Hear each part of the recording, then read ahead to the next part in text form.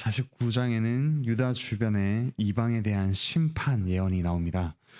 예언의 대상이 되는 암몬, 에돔, 게달, 하솔, 엘람은 유다의 동쪽에 있는 나라들입니다. 즉 바벨론의 침공을 받기 아주 좋은 나라들입니다. 하나님께서 유다를 심판하실 뿐만 아니라 그들을 회복시키시리라 말씀하시며, 또한 그들 주변 나라들 역시 하나님께서 주관하신다는 사실을 분명하게 말씀하십니다. 각 나라에 대한 심판 예언을 살펴보며 오늘 우리에게 주시는 교훈을 배웁시다. 먼저 암몬 자손은 1절에 나오듯이 이스라엘의 갓 지파가 살던, 즉 요단 동편의 땅을 점령해버렸습니다. 북이스라엘이 먼저 멸망했기 때문입니다. 아시리아는 북이스라엘을 멸망시키고 거주민들을 다른 곳으로 이주시켰습니다. 갓 지파의 땅이 비게 되자 암몬 자손이 그 땅을 차지해버렸습니다. 하나님께서는 그런 암몬의 수도 랍바와 또 대표적인 도시 헤스본과 아이가 폐허가 될 것이라고 말씀하십니다. 그들은 골짜기와 재물이 넉넉하다는 것을 자랑했지만 그들이 자랑하던 바로 그것들은 그들 자신을 지켜줄 수 없었습니다. 암몬 자손은 앞서 27장 3절에서 유다와 함께 바벨론에 대항할 음모를 꾸미던 나라였습니다. 유다가 의지하던 나라였습니다. 하지만 그들은 유다를 지켜주지 못했고 그들 자신도 바벨론에 의해 멸망당하고 말았습니다. 이어서 7절부터 22절에는 에돔에 대한 예언이 나옵니다. 에돔 역시 유다와 함께 바벨론에 대항하려는 음모를 꾸몄습니다. 하지만 정작 바벨론이 예루살렘을 공격하자 적극적으로 바벨론의 편에 섰던 이들이 바로 에돔이었습니다. 7절에 나오는 대만이라는 곳은 욥기에 나오는 욥의 친구 엘리바스의 고향입니다. 에돔은 욥에게 조언하던 엘리바스처럼 자신의 지혜를 자랑하며 교만하게 굴었습니다. 하지만 하나님께서는 이 에돔 역시 황폐하게 만들겠다고 말씀하셨고 결국 에돔은 멸망해 버렸습니다. 9절 10절에 나오듯이 에돔은 벌거벗겨지듯이 치욕을 당했습니다. 이어서 23절부터 27절에는 다메섹에 대한 심판이 나옵니다. 이 다메섹은 아람을 뜻합니다. 이들은 바벨론과 함께 유다를 적극적으로 공격한 이들입니다. 하지만 그들 역시 멸망당했습니다. 그래서 그들은 25절에서처럼 이렇게 탄식합니다. 어찌하여 찬송의 성읍, 나의 즐거운 성읍이 버린 것이 되었느냐. 그들이 자랑하던 궁전도 불타버렸고 그들이 자랑하던 모든 것들은 그들 자신을 지켜줄 수 없었습니다. 이어서 28절부터 33절에는 게달과 하솔, 즉 아라비아 민족에 대한 심판이 나옵니다. 그들 역시 유다의 적대적이었지만 31절에서처럼 고요하고 평안하게 살았습니다. 그들에게는 목축업이 발달해서 경제적으로도 아주 풍요로운 생활을 누리는 그런 상황이 있었습니다. 하지만 하나님께서는 그들 역시 멸망시켜버리시고 그들이 자랑하던 목축업은 노략질에 당하며 그들의 땅이 황폐하게 될 것이라고 말씀하십니다. 그리고 마지막으로 34절부터 39절에는 엘람에 대한 심판이 나옵니다. 엘람은 활을 잘 쏘는 사람들이 많은 나라였습니다. 군사력이 막강했지만 그들 역시 멸망을 피해가지 못했습니다. 오늘 말씀을 통해서 어떤 것을 알 수 있습니까? 유다가 의지하던 것들은 결국 그들을 배반하고 또한 유다를 배반하던 이들 역시 자신들이 자랑하던 것들로 자기를 지킬 수 없다는 사실이 분명하게 드러납니다.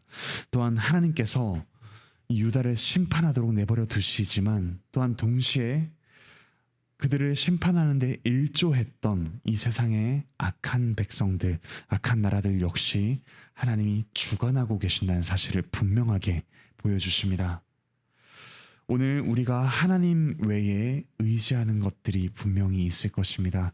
그것들이 우리를 우리의 위기에서 건져낼 수 있을 것만 같고 우리로 하여금 우리가 계획하는 것들, 또한 이 땅에서 잘 살게 해주는 그런 것들을 도와주리라 생각할 수 있습니다. 그것이 누군가의 도움일 수 있고, 또 우리가 기울이는 노력일 수도 있고, 우리가 가진 무언가일 수도 있습니다. 하지만 하나님께서는 그것들이 우리를 궁극적으로 지켜줄 수 없다고 분명하게 우리에게 말씀하여 주십니다. 또한 하나님께서 주신 좋은 것들일수록 우리를 현혹할 수 있지만, 그것들이 우리에게 가져다 주는 것은 결국 배반이라는 것을 알려줍니다. 그것들 자체가 악하기 때문이 아니라 우리가 그것들을 하나님처럼 의지할 때 그것들은 우리를 반드시 배반하고 만다는 사실을 분명하게 보여주십니다. 그러므로 사랑하는 형제자매 여러분, 우리가 온전히 하나님을 의지하기 바랍니다. 다른 것들을 충분하게 사용하시고 또한 누리시되 우리의 궁극적인 의지할 바는 하나님 한 분이시라는 사실을 분명하게 기억하시고 이번 한 주를 살아가시기 바랍니다. 하나님께서 주신 좋은 것들이 있습니다. 그것들을 선물로 감사히 받으십시오. 하지만 그것들을 끝까지 의지하지는 마십시오. 또한 여러분이 이번 한 주간 살아가면서 불의한 이웃들을 두고 있을 수 있습니다. 하지만 그들 역시 하나님의 주권 아래에 놓였음을 신뢰하시기 바랍니다. 그것을 어떻게 알 수 있습니까?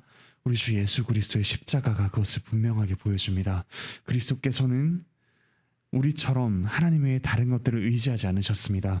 예수님을 왕으로 세우고자 하는 많은 이들, 주여 주님을 배신하지 않겠습니다 라고 말하던 제자들이 있었지만 주님은 그들을 끝까지 의지하지 않으셨습니다. 하나님 아버지께서 그리스도를 십자가라는 가장 참혹한 현장으로 내모실 때에도 그리스도께서는 바로 그 하나님을 끝까지 신뢰하셨습니다. 그리고 그분을 배반한 제자들, 그분을 배반한 이들을 십자가에서 끝까지 사랑하셨습니다. 마치 이 암몬과 에돔을 그리고 엘람을 하나님께서 돌이키시리라 말씀하시는 것처럼 이방인이었던 우리, 그들을 배반하였던 우리를 그리스도께서는 끝까지 사랑하셔서 그분의 품으로 돌아오게 하셨습니다. 그러므로 우리 함께 우리의 진정한 의지의 대상이 되시는, 우리를 대신해서 온전히 하나님만 의지하셨던 그리스도에게로 나아갑시다. 그리고 그리스도의 힘을 힘입어서 이번 한 주를 오직 그분의 힘으로 살아내는 그런 복된 인생을 살아가는 한 주를 보내시기를 바라고 축복합니다. 기도드리시겠습니다. 하늘에 계신 우리 아버지 하나님, 저희를 둘러싼 많은 이웃이 있고 또한 저희가 처한 상황이 있습니다. 그러나 하나님께서는 선하시고 전능하셔서 저희가 참으로 의지할 바는 하나님 한 분밖에 없으시다는 사실을 분명히 알게 하십니다. 저희의 연약한 마음은 끊임없이 저희와 함께 계획을 세우고 저희와 함께 살아가는 이들을 궁극적으로 의지하고자 하지만 그들은 우리를 지켜줄 수 없고 그들 자신조차 지킬 수 없음을 하나님께서 오늘 말씀을 통해서 알려주셨습니다. 오직 하나님만이 저희를 끝까지 지켜주실 수 있고 또한 그리스도께서 끝까지 저희를 사랑하신다는 사실을 분명히 알려주셨습니다. 저희는 돌아서더라도 저희에게서 돌이키지 않으시는 그 하나님을 저희가 끝까지 의지하며 하나님의 저희를 향한 웃는 얼굴을 보게 하여 주시옵소서. 저희를 향한 은혜로운 하나님의 얼굴을 비춰주시옵소서. 하나님의 얼굴을 사모하며 하나님의 은혜를 사모하며 이번 한 주를 살아갈 수 있는 저희 모두가 될 수 있도록 은혜를 더하여 주시옵소서. 몸과 마음의 아픔이 있는 이들, 취업과 또 직장에서의 문제와 이직과 배우자의 문제와 자녀의 문제와 여러 가지 문제로 씨름하는 이들을 주님께서 긍휼히 굽어 살피시는 줄 압니다. 하나님께서 여전히 이들을 살피심을 기도 가운데, 말씀 가운데, 일상 가운데, 성도의 교제 가운데 확인하게 하여 주시고 그 깊은 확신 가운데 하나님께 더욱더 매달리며 또한 하나님의 은혜를 경험하는 저희 모든 성도들 될 수 있도록 은혜를 더하여 주시옵소서. 비가 많이 내리고 있습니다. 주께서 저희의 안전을 지켜주시고 비보다도 더욱더 풍성하게 하나님의 은혜가 저희의 삶을 가득 채워주시기를 간절히 원합니다. 감사드리며 예수 그리스도의 이름으로 기도드립니다. 아멘. 은혜로운 기도의 시간 되시기 바랍니다.